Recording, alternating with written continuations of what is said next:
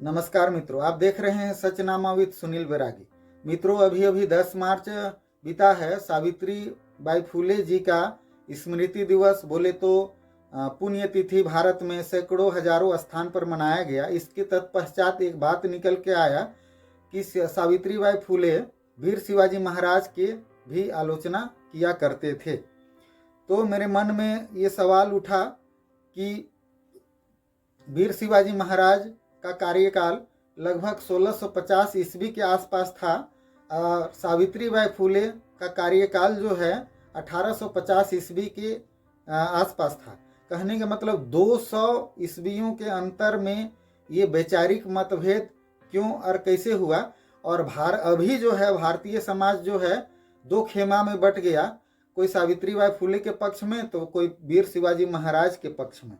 तो इसको मैं थोड़ा सत्य जानना चाहा और सत्य का खोज करके आप लोग के सामने सत्य प्रस्तुत करना चाहे। इसके लिए संजय खेर द्वारा लिखित सामाजिक क्रांति के पिता और कलकत्ता यूनिवर्सिटी के वरिष्ठ प्रोफेसर शंभुनाथ के द्वारा लिखित सामाजिक क्रांति के जनक, ऐसे दो पुस्तकों का रेफरेंस लेके पता चला कि सत्य शोधक समाज की स्थापना करके सावित्री बाई फुले के पति ज्योतिबा फुले जब सामाजिक कार्य करने लगे और नारी उत्थान का कार्य जो है सावित्री बाई फुले करने लगे, तो उन्होंने कहे कि अंतिम पेशवाई काल में नारी सम्मान की जो स्थिति था वो अंग्रेजी काल से भी बदतर था। उन्होंने अंग्रेजी काल को अच्छा नहीं कहा, उससे मतलब अंग्रेजी काल को बद तो पेशवाई काल को बदतर कहा।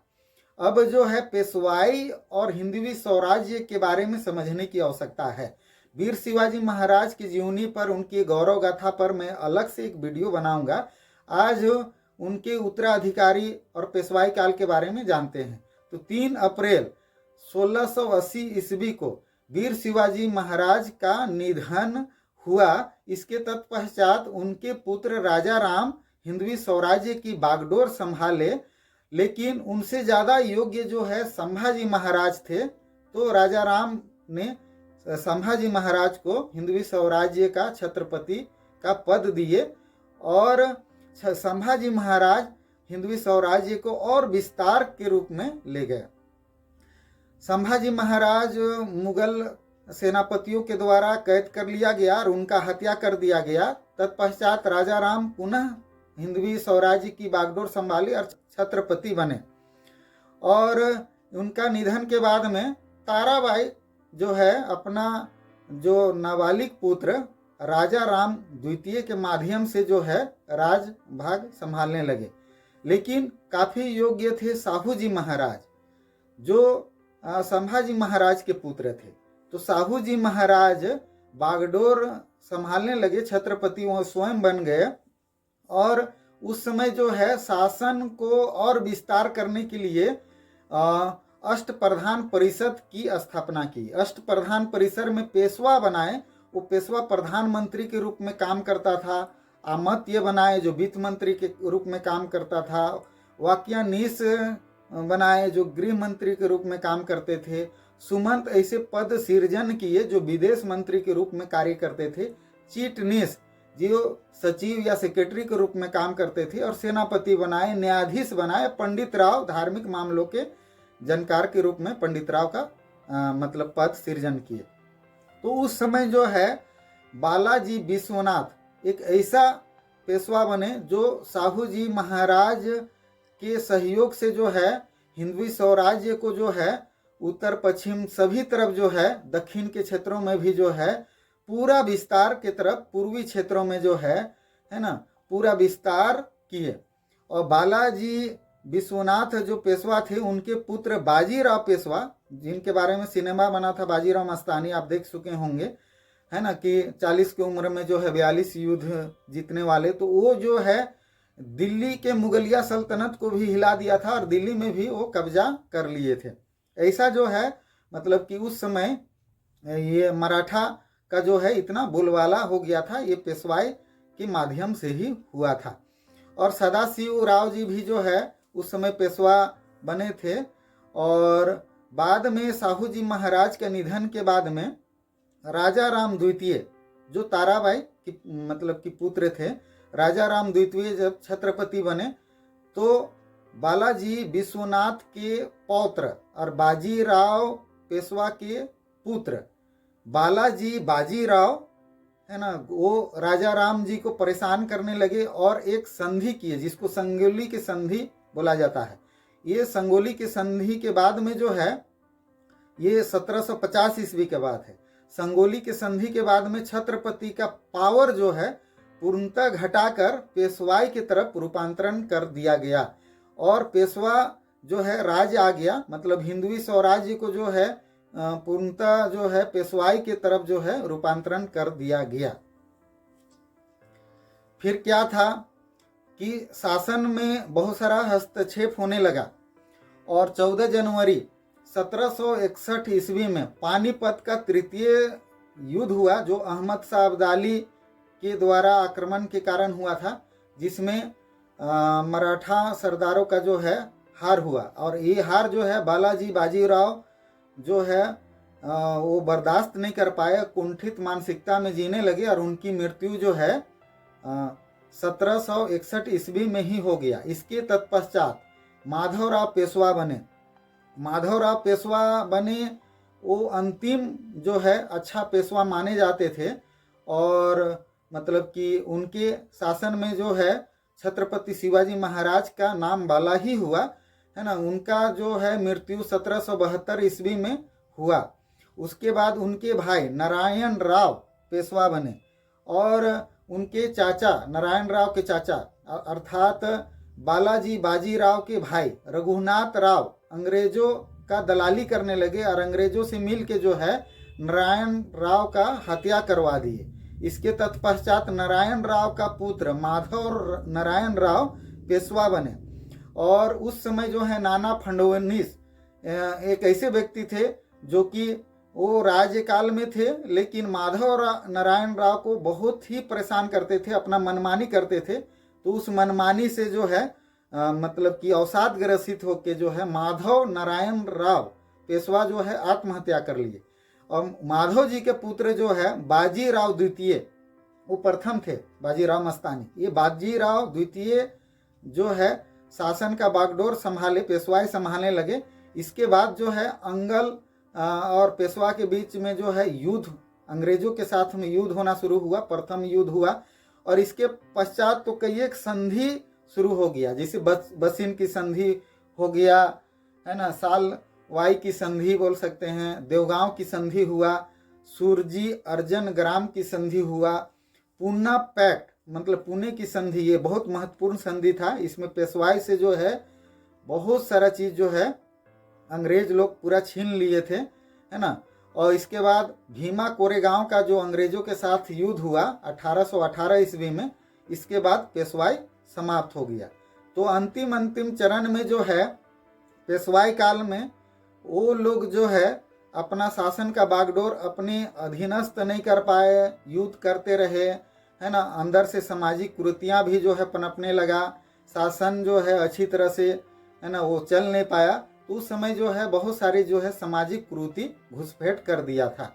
और अंग्रेज जो है 1818 ईस्वी में जो है छत्रपति जो है कि वंशज ही जो थे शाहजी आपा साहिब को छत्रपति का दायित्व दिए। इससे पहले जो अंग्रेज बाजीराव द्वितीय को भी पेंशन होल्डर के रूप में जो है पेंशन देते थे और शाहजी आपा साहिब को जो है भी पेंशन के रूप में देते थे। तो इस तरीके से वास्तव में पेशवाई काल में जो है बहुत सारी सामाजिक कुरीतियां जो है समाज में सिंधुमारी करके घुसपैठ कर लिया था। उसी का आलोचना माता सावित्रीबाई फुले ने किया थे। अब जानते हैं कि सावित्रीबाई फुले और ज्योतिबा फुले के अंतःहृदय में छत्रपति शिवाजी महाराज के प्रति कितनी श्रद्धा था और उनके कार्यों को कैसे अनुसरण किए थे, उसके बारे में जानते हैं। तो शिवाजी महाराज नारी उत्थान के लिए बहुत सारा कार्य किए और इतिहास में ये कहा गया कि प्रथम बार जो है छत्रपति शिवाजी महाराज ने ही विधवा पेंशन की शुरुआत किए थे। और इधर जो है आधुनिक भारत में जो है सावित्रीबाई फुले नारी उत्थान के लिए, उनके शिक्षा के लिए बहुत सारा काम किए। यहाँ तक कि उनके शिक्षा के लिए काम करते थे तो उनमें कीचड़ फेंक दिया जाता था। जब वो नारी पाठशाला खोल के उस स्कूल में पढ़ाने के लिए जाते थे तो अपने साथ में 2 कपड़ा लेके जाते थे, है ना। मतलब एक पहन के जाते थे, गंदा कपड़ा फिर खोल देते थे और फिर अच्छा कपड़ा पहन के पढ़ाते थे। फिर आते समय जो है गंदा कपड़ा को पहन के फिर वो आते थे। जो वैसे विधवा जो अपना मतलब कि जीवन पोषण नहीं कर पा रहे थे उनके लिए जो है ना वो आश्रय भी बनाए थे। तो शिवाजी महाराज के कार्य और इनके कार्यों में समानता है। मतलब कि सावित्रीबाई फुले शिवाजी महाराज के कार्यों का अनुसरण किए। सावित्रीबाई फुले बालक आहार मतलब कि उनके जो है बालकों में जो कुपोषण होता है इस विषय पे कार्य किए, है ना। और मतलब शिवाजी महाराज ने स्पेशली जो है वैसे मतलब कि सेना के व्यक्तियों के जो जिनका निधन हो गया है और या जिनका पिताजी नहीं है तो वैसे बालकों के लिए जो है एक भत्ता देते थे कि उनका जो है पोषण में कोई कमी नहीं रहे, ताकि क्योंकि वही बालक जो है आने वाला दिन में ये जो मराठा सैनिक हैं उसके अंग बन सकते हैं और उनका सर्वांगीण विकास होगा। तो अंततः हिंदवी स्वराज्य का जो है जो परिकल्पना है, जो सोच है वो सार्थक होगा। तो इस तरीका से बालक आहार में जो है दोनों अपने कार्य क्षेत्र में काम किए। छुआछूत अनटचेबल में सावित्रीबाई फुले को ज़्यादा जूझना पड़ा था। तो उस समय जो है जब शिवाजी महाराज के पास में जो है बागडोर आया तो उस समय जो है उस काल में छुआछूत ऐसा भेदभाव नहीं था। उनके जो सैनिक थे उनके जो शासन में जो थे, अब उसके बाद भी संभाजी महाराज हो या साहू जी महाराज हो, उनके समय में जो है उनके राज्य दरबारों में जो है हर एक व्यक्तियों को जो है स्थान मिलता था। और नाविक मतलब महाराष्ट्र के पश्चिम के क्षेत्र में समुद्री तटीय क्षेत्र में नाविकों के लिए जो है सावित्रीबाई फुले ज्योतिबा फुले बहुत सारा सामाजिक कार्य किए। तो आप लोग इतिहास में जानते हैं कि मतलब कि छत्रपति शिवाजी महाराज जो हैं वो पहली बार जो है नौसेना का गठन किए थे और वैसे नाविकों को, वैसे मछुआरों को ही उसमें सैनिक के तौर पर रखे थे और उनको जो है नाविक वाहक जो है ऐसे करके जो है उनको रोजगार देके जो है उनके उत्थान के रूप में कार्य किए थे। शिवाजी महाराज जो हैं अपने गुरु समर्थ रामदास जी महाराज के माध्यम से गुरुकुलों का स्थापना करवाए थे और इस प्रकार से ज्योतिबा फुले मतलब कि पुरुष शिक्षा में कार्य किए। तो मतलब कि सावित्रीबाई फुले जो है नारी शिक्षा पर काम किए। तो इस प्रकार से समानता आया। सावित्रीबाई फुले को कुछ पोंगा पंडितों के द्वारा जो है उनको बहुत परेशान किया जाता था, प्रताड़ित किया जाता था। तो शिवाजी महाराज छत्रपति हुए भी वो उससे अछूते नहीं थे।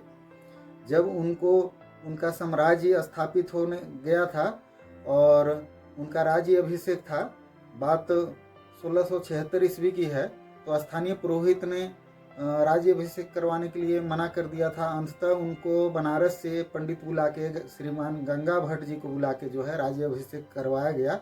ज्येष्ठ शुक्ल त्रयोदशी को हुआ था। अभी प्रत्येक वर्ष भारत में हिंदू साम्राज्य दिवस जो है ज्येष्ठ शुक्ल त्रयोदशी को मनाया जाता है। जिस प्रकार से छत्रपति शिवाजी महाराज मुगलिया आतंक और उनके जो कुशासन था उससे मुक्ति दिला के भारत में स्वराज अपनी राज्य की स्थापना करना चाहे, तो वैसे ही जो है ज्योतिबा फुले है ना, वो भारत का जो है अच्छी स्थिति, अपने स्वराज्य की स्थिति, अंग्रेज से मुक्ति हो, इसके लिए भी उन्होंने काम की। तो इस प्रकार से जो है कितनी समानता था। इसलिए समाज में विद्वेष फैला के असमानता फैलाने की बात ही निरर्थक है। और आप देखेंगे तो इतिहास कहता है जिस समय अंग्रेज लोग जो है शिवाजी महाराज के जो राजगढ़ था, रायगढ़ था, उसमें जब कब्जा कर लिए और उस क्षेत्र में आम पब्लिकों का आना जाना निषेध कर दिए थे, तो ज्योतिबा फुले अपने समय में उस जंगल में गए और छत्रपति शिवाजी महाराज की जो समाधि स्थल था उसको खोज किए और उसका जीर्णोद्धार करवाए। समाज में विद्वेष फैलाने वाली बातों को जो है दरकिनार करना है।